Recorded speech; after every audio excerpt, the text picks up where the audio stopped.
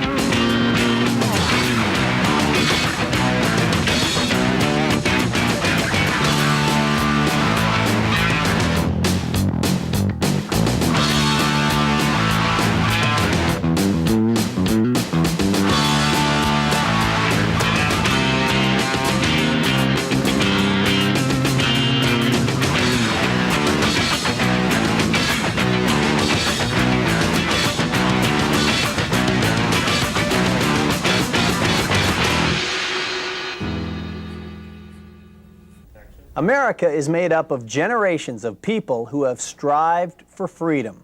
And along with our yearning for freedom has been a great desire for exploration, to push the frontier, whether it be the West, the moon, or now the limits of our own transportation.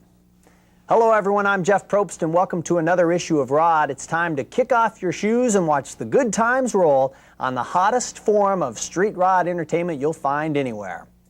Well, California is unquestionably a hotbed of street rod activity, but it sure doesn't have a monopoly on the American street rodding scene. Die-hard rodders come from all across the country, west, east, north, and south.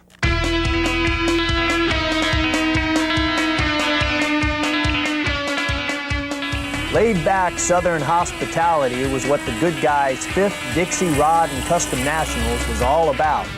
There is simply nothing like the Southland in the springtime, and few better ways to enjoy it than to kick back with a group of some of the friendliest rodders around. They say the pace is a little slower in the South, and there's some truth to that. That is until folks get out on the blacktop, because at Warner Robins Dragway, when the sun goes down, the tree lights up and the rubber starts to fly. Super stockers, A-gas coupes, nostalgia dragsters, and local street rods tore up the 8 Mile Strip all night.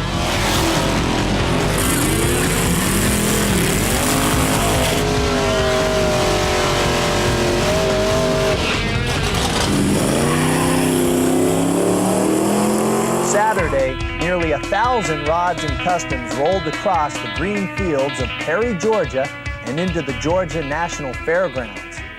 Once inside the gates, the rodders were greeted by traditional Southern hospitality, and a weekend of good times and good food was underway. The fairgrounds filled with street rods and customs, examples of hot rodding Southern style. And it didn't matter to the participants and spectators whether you had a super high-dollar car or a low-budget project. We come down here to see everybody's idea. That's why we're here. They're all individual. Everybody has something different. Depends on how much money you have to put into the thing, you know. It can be super high-tech, full aluminum billet stuff if you got the money. If you don't have the money, you do what you can do. But in the end, we all come down here and have a good time, play with our cars and do what we can do and enjoy everybody's car and just have a good time. The spirit of Friday night's drags carried over into the next 2 days, and when people weren't checking out all the hot rods and customs, they just couldn't seem to keep their foot off the gas pedal.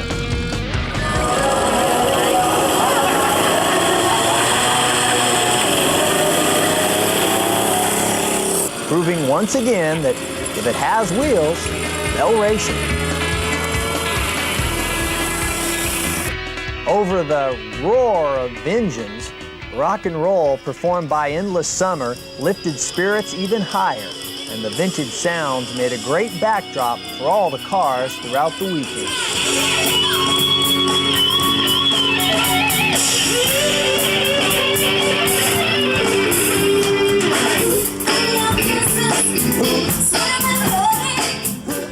Saturday and Sunday, parts rubbers had no trouble getting their fill, from billet aluminum on the manufacturer's midway to an old Willie shell at the swap meet. The range of parts and products matched the diversity of the cars at the show.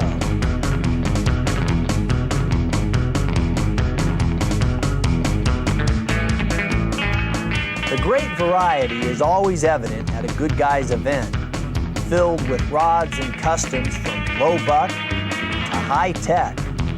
Perry took it one step further, inviting street machines and trick trucks into the event.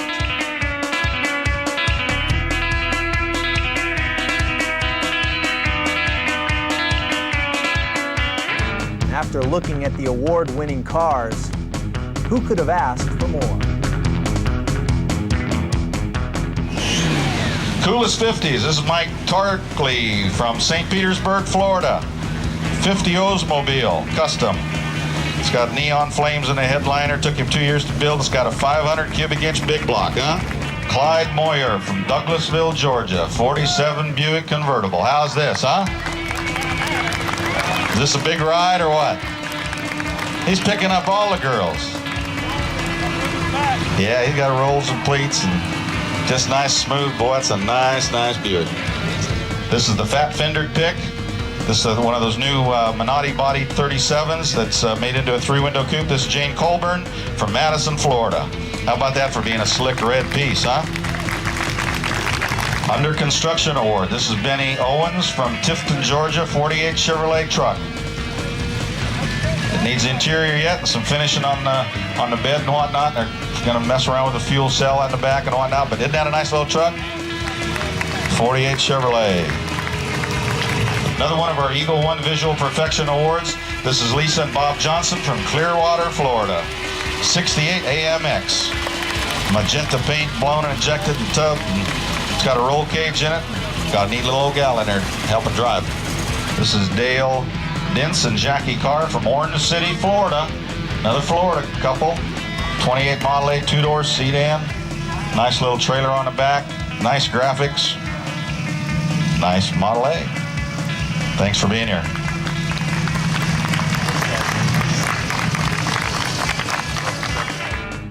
Once again, it's clear that these events keep up the pace for providing good times for everyone. And if the Dixie Nationals at Perry, Georgia are any indication, well, 1994 will continue to be a great year. Well, street rotting is always pushing the envelope of creativity. Vehicles that weren't considered a part of the sport before become accepted every day. And as a result, more and more people are exposed to the freedom of rotting. A lot of younger people get involved this way, and a few turn around and devote their creative energies to the sport.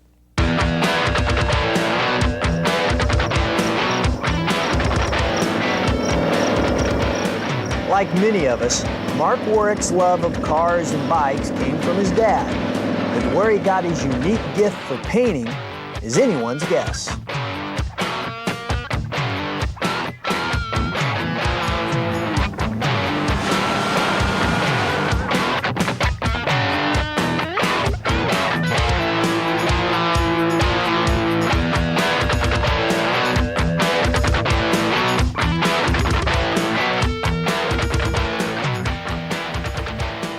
Custom painting is a deal, it's something that just came to me, I guess, naturally. I mean, I just kind of took off doing it, just, playing around. I really didn't even have any idea what I was doing at first, but it just all kind of came to me. And all the stuff I've done, is pretty much self-taught. Like I say, I've had, some help from different people that I've worked for and stuff like that, which really has helped out. And, there's always help. There's people that work for me that help me out all the time that have neat ideas or know how to do stuff that I don't. And, a lot of stuff in my graphics and stuff comes from mistakes. We'll, if you have a mistake and it turns out neat looking, we'll go back and duplicate it again later on or something. About probably 80% of the things we do right now, the custom painting stuff, is Harleys because of the demand and the money that people are spending on them. People don't mind spending the money to fix up a bike whenever they've got as much money in them as what they do cost. Most of the bikes I do, if it's a say for instance a Heritage or Fat Boy, most of those bikes are a big fat bike with a long swooping fenders, you know, or more of a traditional looking bike. We try to keep it on the lines of, say for instance, Flames. You know, there's a couple that I've got one that's black with the traditional Flames fading from white to yellow to orange with red tips with blue pinstripes, which is very traditional all the way back to the early, you know, hot rods and things like that. Then also, you know, more of a kind of a modern type Flames, whereas it's a purple bike with pearl white flames with yellow highlights and lime green pinstriping. Then you go back to, say, the Softail Customs, which are more of a sporty bike, type bike. The sporty type bike, most of those I try to keep with a, you know, kind of a neat design, something new, something kind of slender, slim, maybe a two-tone with a little bit of graphics in between. A lot of the stuff I just try to keep crisp and clean and nice looking and just kind of go from there.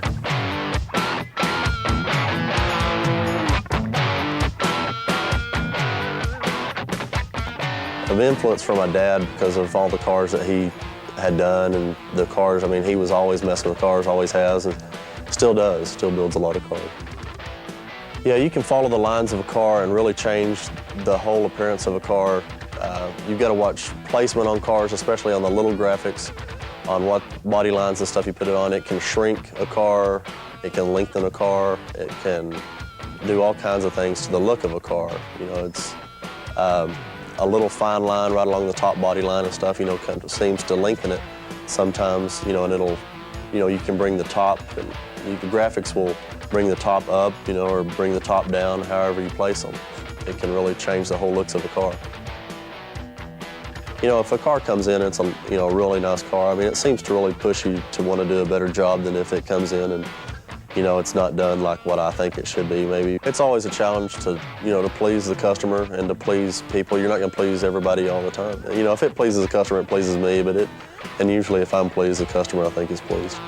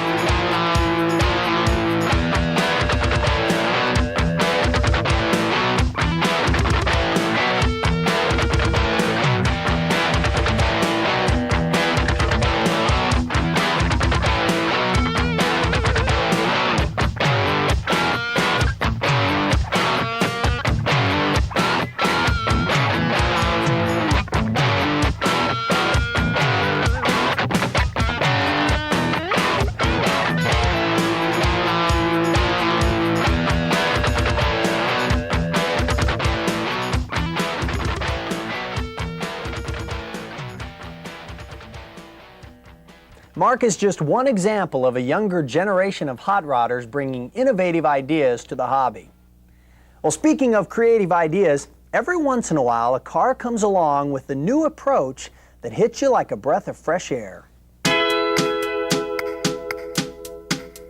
Time spent in harsh weather can really take its toll, but nothing is better than a hot rod at weathering the test of time. Well, no matter how much heat the summer brings, it's hard to feel anything but cool behind the wheel of Jim Hart's 48 Ford. When Jim bought the ragtop in '88, it had been kept in a basement, warm, dry, and rust-free for over 14 years. He originally planned to build a custom for his wife, Pat, but his love for street rods took over, and he ended up with a high-tech smoothie.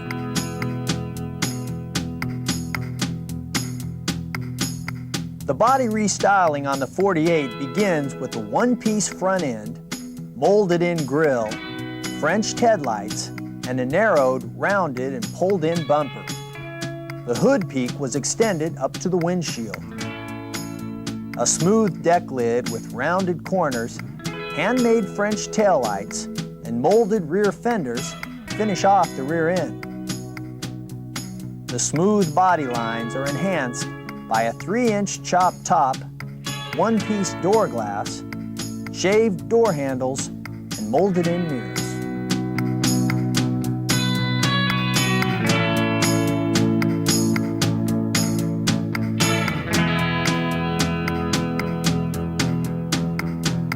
The ground-hugging performance is achieved with 88 Corvette suspension on all 4 corners and 16-inch front and 17-inch rear Budnick rims.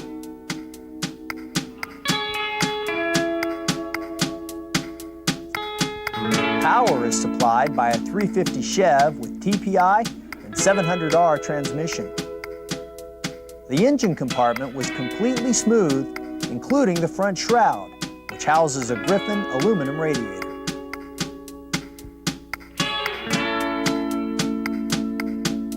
The interior, designed by Terry Lee, features sculpted leather and tweed on all panels, a Budnick steering wheel, Dakota digital gauges, AC, and multiplay CD unit add comfort and style. The same interior design is even continued in the trunk.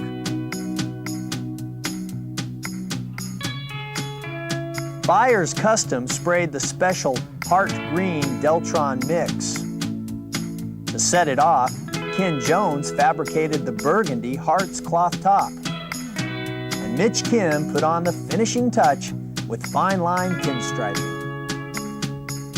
Jim's goal was to build something different.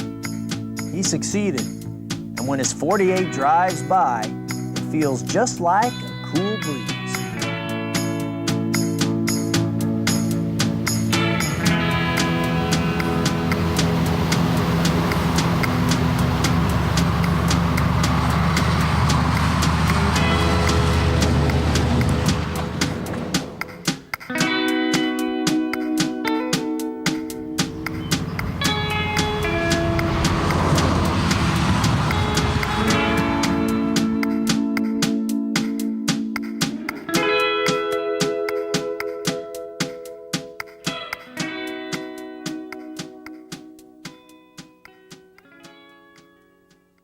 Jim's 48 is a great example of trying something new and having it turn out just right. Well, with some of the hottest summer weather on record, people all over the country have spent plenty of time just trying to stay cool. Well, when the heat is on, chances are your street rod isn't much more comfortable than you are, and it might be time to take a look at a system that doesn't always get the attention it deserves.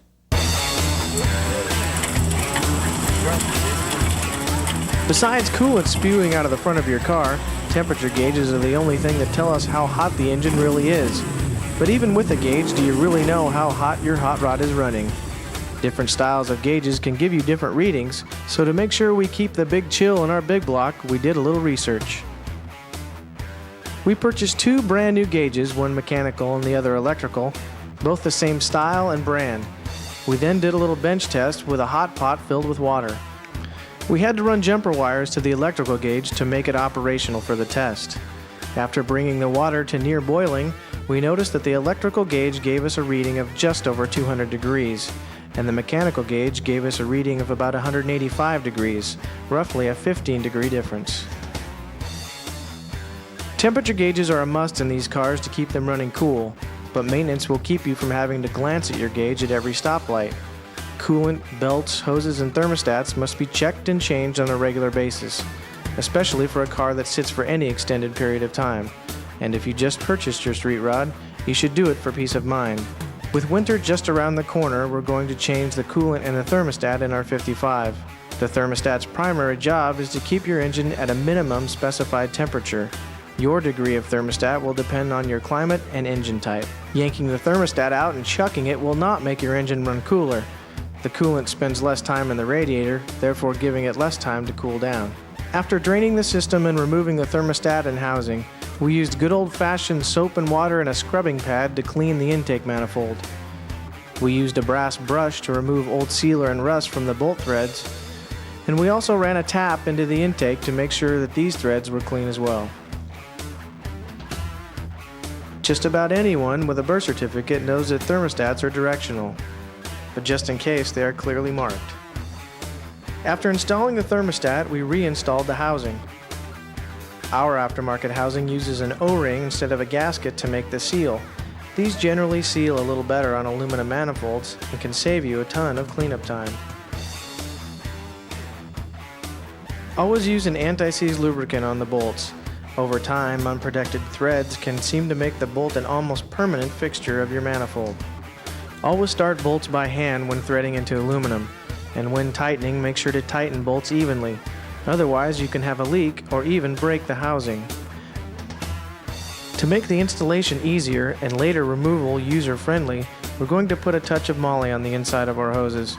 You can use axle grease, WD-40, or Vaseline. Anything is better than nothing. If you've ever had to cut a hose off to remove it, you know what we're talking about. Before pouring in your coolant, it's a good idea to leave your heater hose off or loose and wrap the nipple. When you do pour in your coolant, this will allow most of the air to escape from the system. To break those pesky metal seals on your antifreeze jugs, you can press the child-proof edge of the cap into the seal. Trust us, it works. For our climate, we're going to put in a 60% water and 40% antifreeze mixture. Never go more than 50-50 if you're going to drive your car daily. We poured until coolant just started coming out of the intake nipple. Then we reinstalled the heater hose and then fired it up to get the system to operating temperature.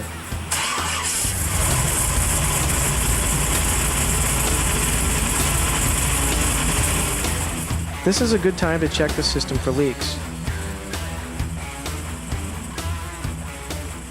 After the thermostat has opened and the system pressure stabilized, do a final coolant level check. A lot of rodders live with overheating problems, but keeping tabs on your cooling system will keep you and your hot rod from boiling over.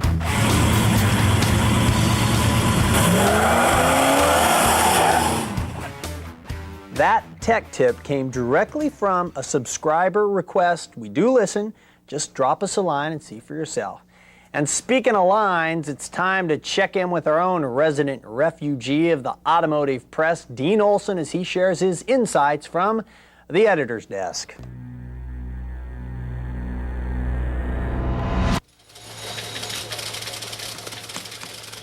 Hi, I'm Dean Olson. This is the editor's desk. Today's topic, safety in street riding. Oh, I got some stats here that'll blow your mind. You know, safety's important.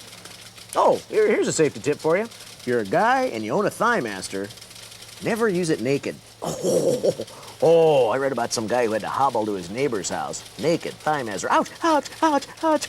Rang the doorbell, you know, excuse me, ma'am, I know we've never met, but can you help me with this? I guess she went nuts, 911. There's a naked man with a clamp. And I love the commercials, don't you? The Thighmaster while watching TV. Every time I see Suzanne Summers use that thing, I keep thinking that somewhere in the bushes is Mr. Furley with binoculars. Can't you see him out there? Boxer shorts.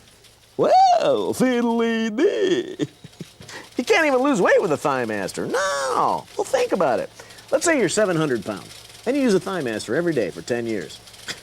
You're a fat guy with a strong crotch. Yeah. That's a compliment you don't hear every day. Yeah, Bill's a heck of a guy, isn't he? Yeah, and what a crotch. Wow. I've never been in a situation where I thought, darn it, I wish my crotch was stronger. Eh? Well, time's up. I'm Dean Olson. This is the editor's desk. And today's topic, of course, was safety in street riding. Thank you.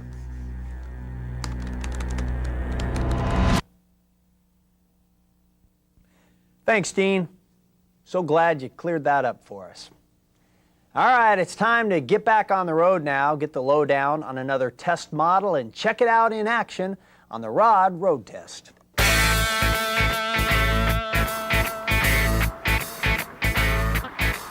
For 1955, the Chevrolet Bel Air would get a total makeover.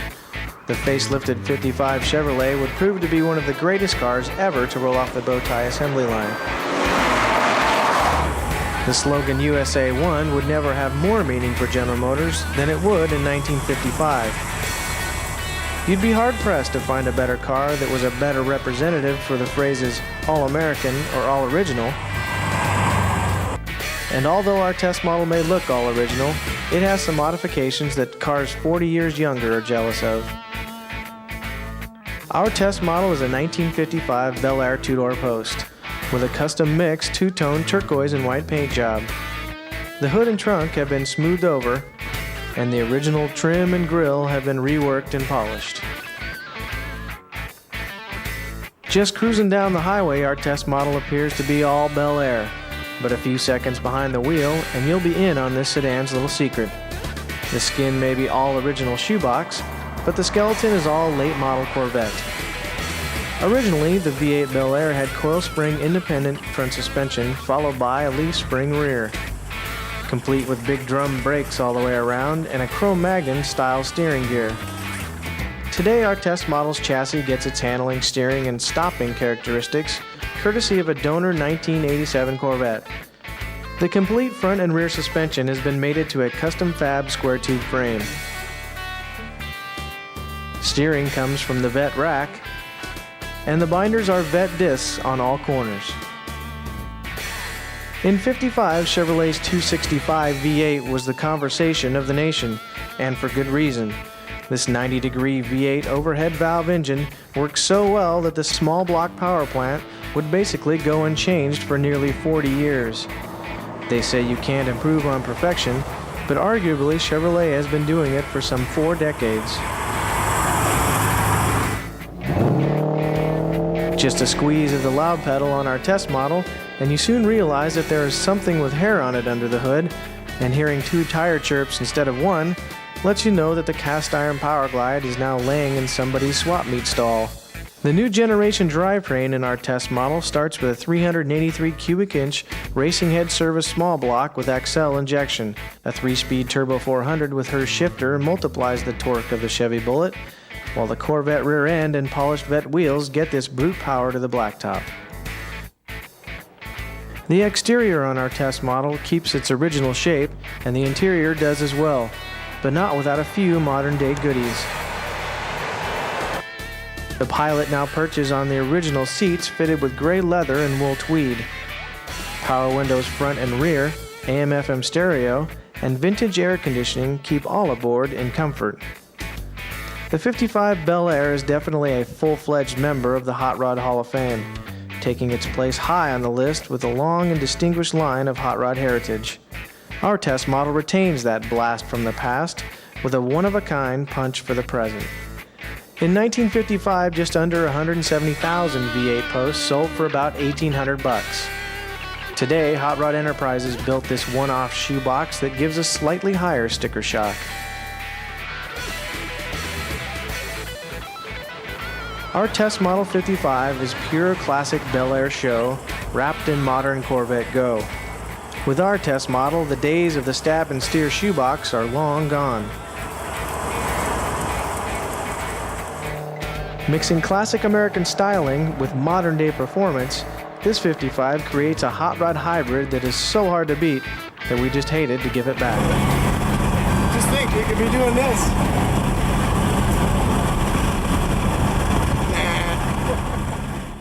Well, some people might disagree with me, but I think they put that Corvette engineering to good use. Well, last issue, we took you to TCI Engineering, a shop that earned its success by doing one thing well. Well, this time we visit a shop that expresses a different philosophy, one complete car at a time.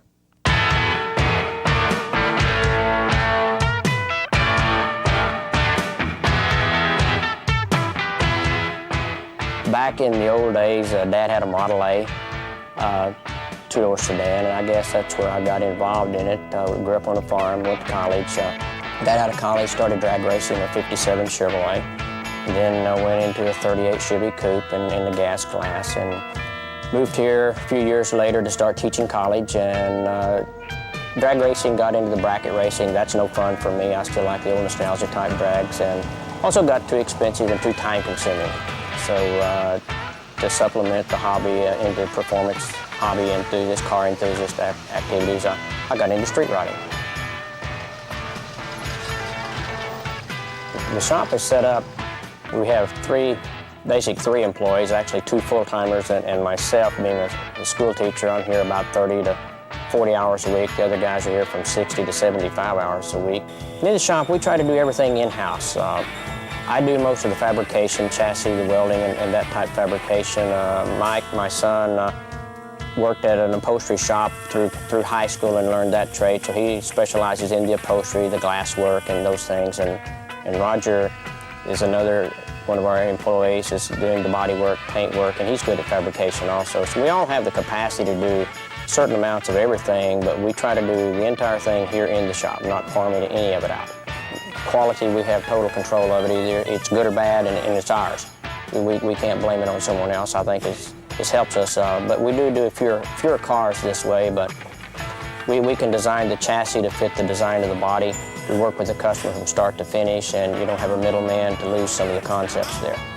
I think we've had a lot of neat projects. The 40 Ford came in as a car that Mike Flannery, the owner, definitely wanted a Pro Street type car, but he wanted a very drivable car. And as you can see, it's not as low to the ground as a lot of the cars, mainly for our road conditions and his driving habits. For two things, he encouraged us not to get it so low to the ground. We started with just a hobby frame rails, and then we cut them off at the back naturally, and had to kick it up a little higher to get it to where we wanted it to go. Very drivable car. That's one thing we try to do is to build a very drivable car. I think the Studebaker that I've been driving for the last 18, 19 years is a good example. It's the engine that came out of an Anglia that I had, and when we put it on the street those years ago, people kept telling me, you can't drive a 14-to-1 compression engine on the street with tunnel ram and 2.4s and roller rocker arms and all that. And 18 years later and about 70,000 miles, we still drive it. And I think it's not what you put in it, do you have the right combination? And I think that's a trick. It looks good, it runs good, but it's not so radical and temperamental that you have to stop and work on it half the time. The Pro Street pickup is relatively unique for us, I think, and it started as a very unique project. Francis Decker is the person that owns the truck. When it came to us, it was a 3/4 ton, 8-lug wheel, granny transmission type stock pickup, and we set it up on jacks and took the wheels off and started lowering it down to get the ride height and the stance that he thought he would like. And when we got to where he thought he would like it, the frame wasn't suitable to put the size tire with the axle clearance, so that dictated then we cut the rear frame off and we kick it up a little higher and narrow it to get the wider tire in it. The front suspension, using the stock Chevrolet suspension, would not go that low and still be drivable, so now it has tubular A-arm coilover shock front end. So it's a project that sort of grew. Well, the Studebaker here you see in the background is a 50 Studebaker business coupe, I think, which is, there's a lot of Studebakers coming out now, and most of them are convertibles or Starlight coupes, which in reality they're sedans that had a back seat. This is a true coupe with no back seat, a real short cab. The customer wanted to build a Pro Street car, and after we started the project, he has grown into some other interest, and now our plans are now to build the car to compete in the top 10 shootout, the Hot Rod Magazine top 10 shootout. He'd like to qualify in the top 10 for that. He'd like to go to Bonneville, run 200 mile an hour in it, to join the 200 mile an hour club, and then put it on the street. It's going to be a big block Chevy 615-inch with nitrous. We actually started building the chassis to street rod concept, a Pro Street street rod, and then he's changed his mind, but it has a Summers complete rear end in it, brakes, disc brakes, billet axles, all of that. We made the back frame section, made it onto the original front frame section here. Has a tubular A-arm front end, Mustang 2 type of progressive automotive system. So we're building it where it'll be safe enough and meet specs. It actually already has National Hot Rod Association inspection on the roll cage chassis suspension system. But we still want to make it to where it can go back on the street without coming back and renovating the car. Everybody tries to build something that they won't be seeing themselves coming back down the road. I think people just want something different.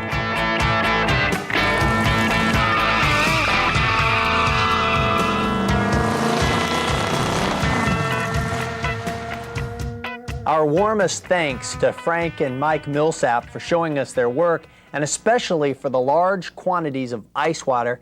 I don't think we could have lasted the day in that Texas heat without it. All right, it's time to sit back and enjoy some rolling stock in a special Roddin' and Ridin' music video.